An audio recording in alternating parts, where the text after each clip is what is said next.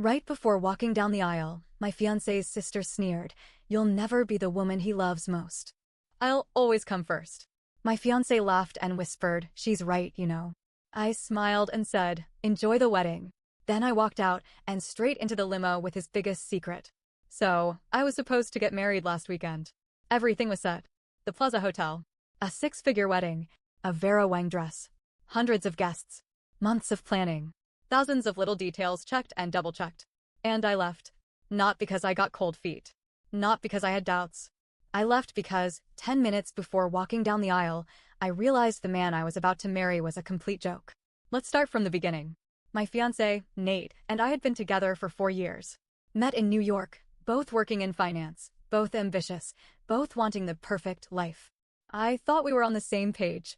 I thought he was my person. I should have known better. The first red flag? His sister, Allison. She had zero boundaries. And when I say zero, I mean she was practically his second girlfriend. She would sit in his lap at family gatherings.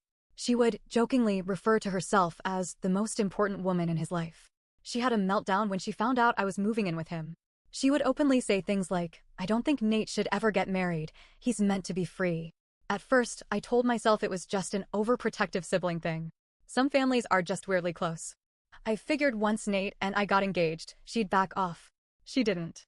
If anything, she got worse. The second red flag? Nate never really shut it down. He would laugh it off. Say she was kidding. Tell me I was being too sensitive whenever I got uncomfortable. Even when I pointed out how strange it was that his sister threw a fit when he canceled dinner with her because we had plans, he shrugged and said, "That's just how she is." Looking back, that should have been enough. But love makes you stupid. Then there was the money situation. I knew Nate had expensive taste. Designer suits, fancy watches, first-class flights, private clubs.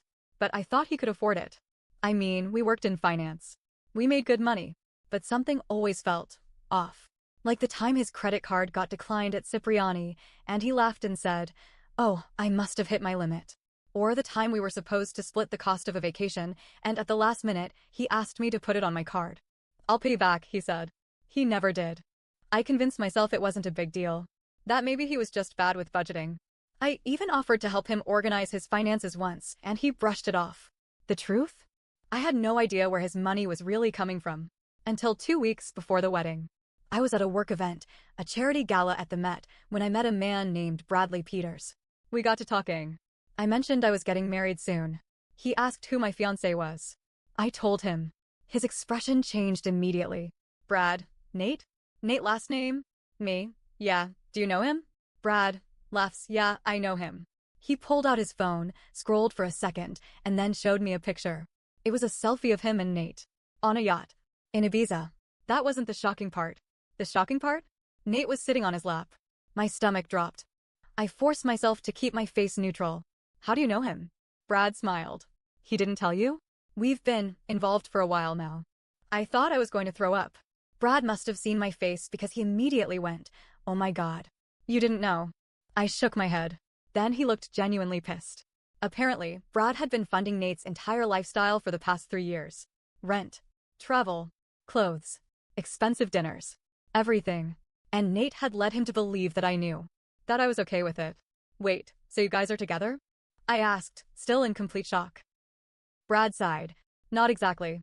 I mean, yeah, we've been close." But he made it sound like it was an arrangement. That you were on board. I was shaking.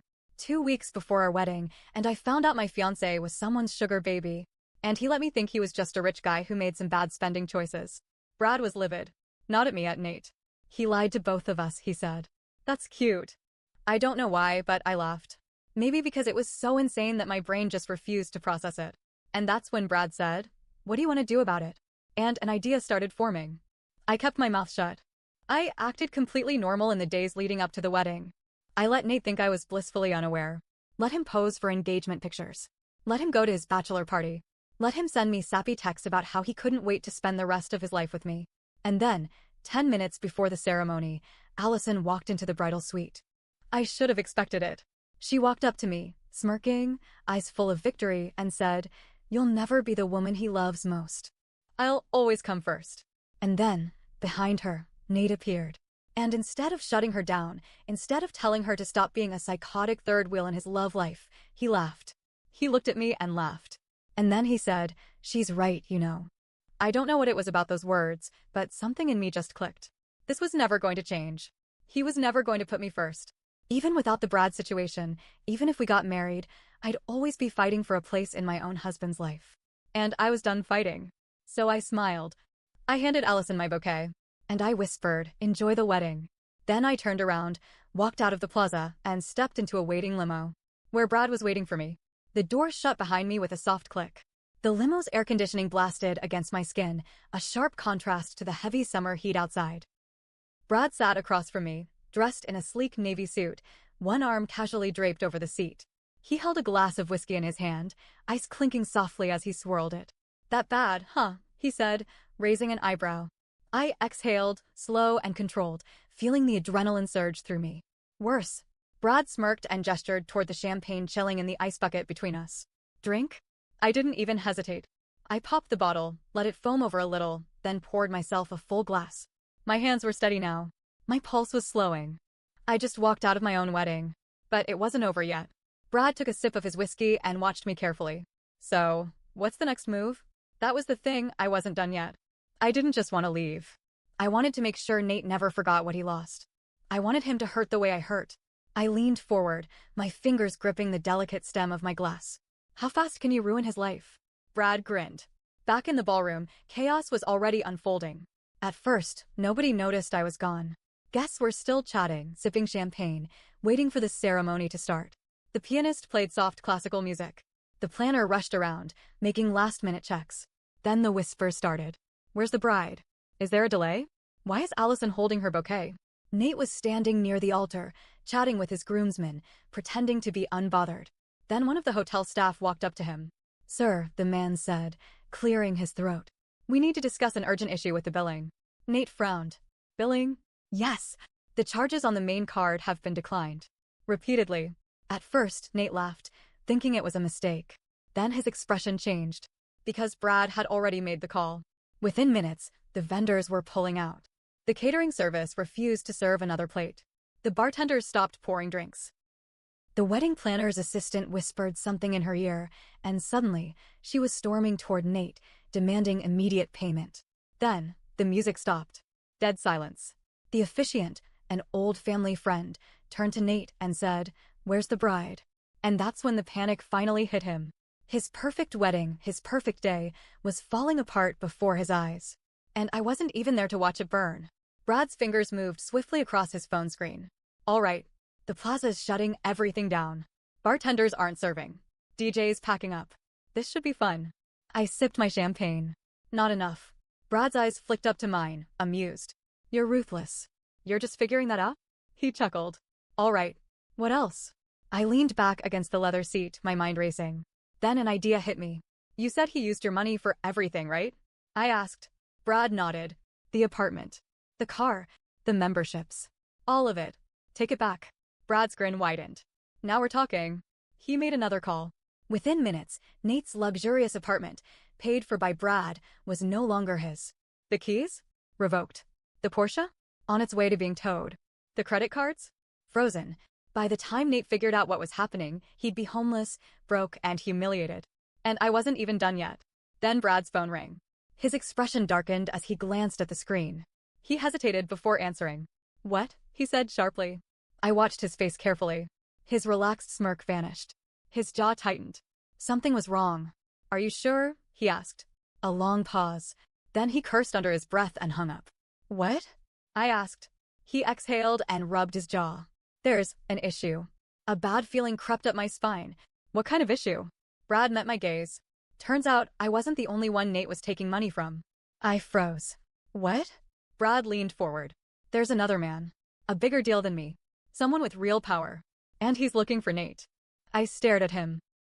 "Who the hell are we talking about?" Brad ran a hand through his hair. "Damon Russo." I felt my stomach flip. Everyone in Manhattan knew that name. Damon Russo wasn't just rich, he was dangerous. The kind of man whose money came with unspoken rules. The kind of man you didn't just scam. And Nate had scammed him too. Brad shook his head. If Nate thinks losing his wedding is bad, he has no idea what's coming next. I took a slow breath. This wasn't just about revenge anymore. This was about survival. The limo was quiet now, except for the low hum of the city outside and the occasional clink of Brad's ice against his glass. I set my champagne down, my fingers gripping the stem a little too tightly. What do you mean? Nate scammed Damon Russo. Brad exhaled sharply and ran a hand through his hair. I mean exactly that. Damon isn't like me. He doesn't just throw money around for fun, he expects something in return. And if he doesn't get it, things get messy. I swallowed. Messy how? Brad gave me a long look. You ever hear about that hedge fund guy who went missing last year? I nodded. Yeah. Some billionaire? What was his name? Doesn't matter. Point is, he owed Damon money. One day, he's on his yacht in the Hamptons. Next day? Gone. No body, no news, just vanished. That's how Damon handles things. A cold chill ran through me. I had been thinking small. Petty revenge. Ruining a wedding. Freezing his credit. Watching him crumble. But this? This was bigger than me. And Nate had no idea what was coming for him. Nate was unraveling. The realization that I was gone had finally hit him. He had gone from casually checking his watch to full-blown panic mode. What do you mean she left? He snapped at the wedding planner, his voice rising. The poor woman looked like she wanted to disappear. She walked out, sir. I don't know why. She just left the bouquet with your sister and she left what with Allison. That's when he turned and really looked. Allison stood there, still clutching my wedding bouquet. Her hands were shaking, her face a furious shade of red. What the hell did you say to her? Nate demanded. Allison's lips parted, but nothing came out. Because she knew. This was her fault. She had pushed too hard. Had wanted too badly to be the most important woman in his life. And now, because of her, he had nothing. That's when his phone buzzed. A text from his building concierge. Nate, there's an issue with your lease. Please contact management ASAP. Then another. Portia Financial Services, we regret to inform you that your account has been terminated due to non-payment. Your vehicle is being repossessed. His stomach dropped. Something was seriously wrong. Then, another text. This one from a number he didn't recognize. Damon Russo wants to see you. Now. His hands went clammy. Because that was the text that could cost him his life. Brad's phone rang again. He stared at the screen, lips pressing into a thin line. Let me guess, I said. Damon? Brad exhaled. Yeah. And I need to answer this. He pressed the button and put it on speaker. Damon, Brad said smoothly. A deep, gravelly voice filled the car. I hear you've been playing games with my money. I went completely still. Brad shot me a look that said don't speak. Damon, Brad said calmly, this isn't about me. Then who's it about? Brad's jaw tightened. Nate. A low chuckle. The little rat. I had a feeling.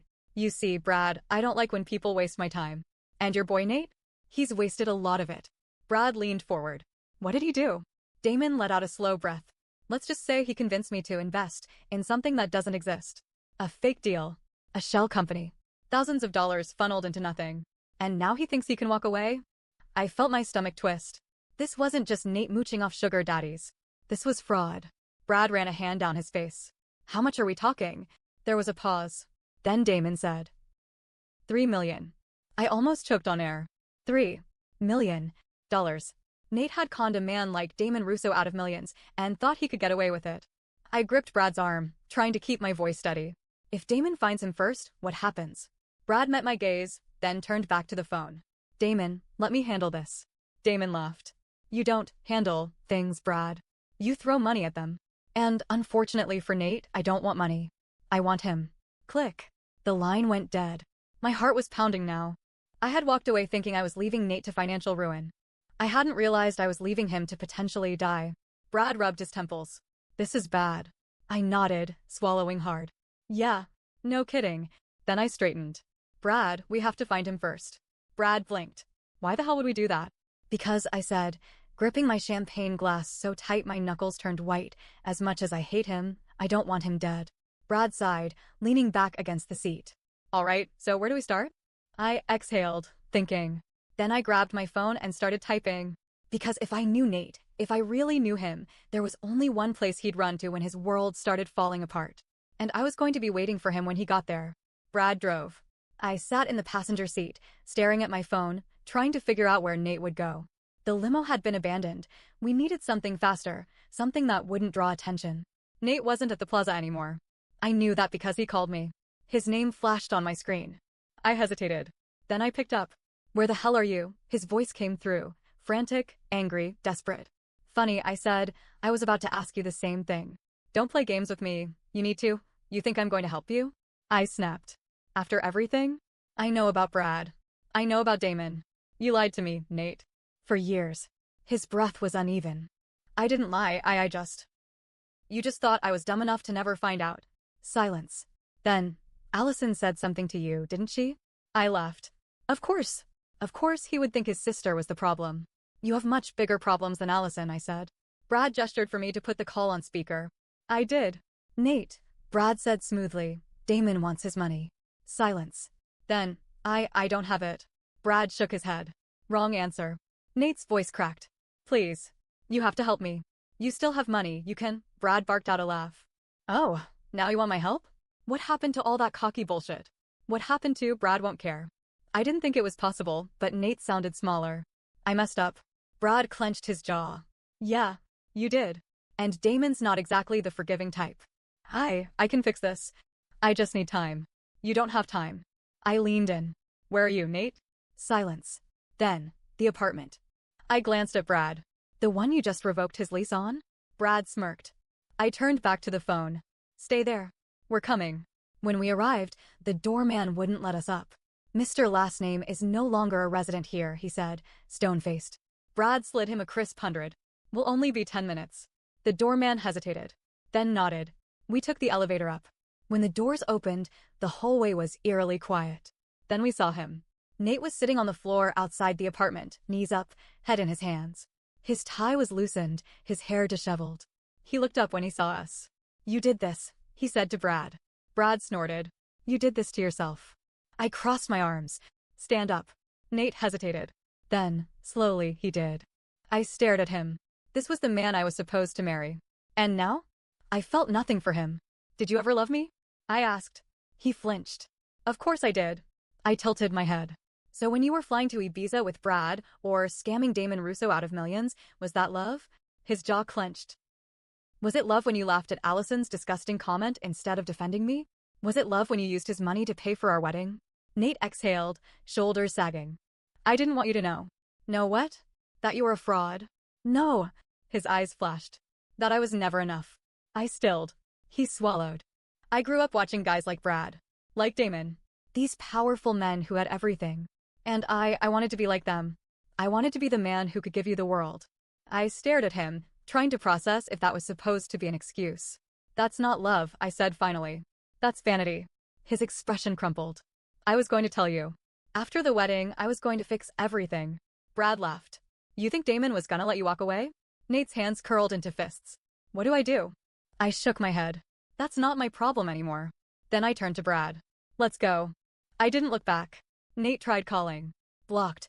Allison sent a 3-page email blaming me for ruining her brother's life. I replied with a single sentence, enjoy being the most important woman in his life. Blocked. Damon found Nate.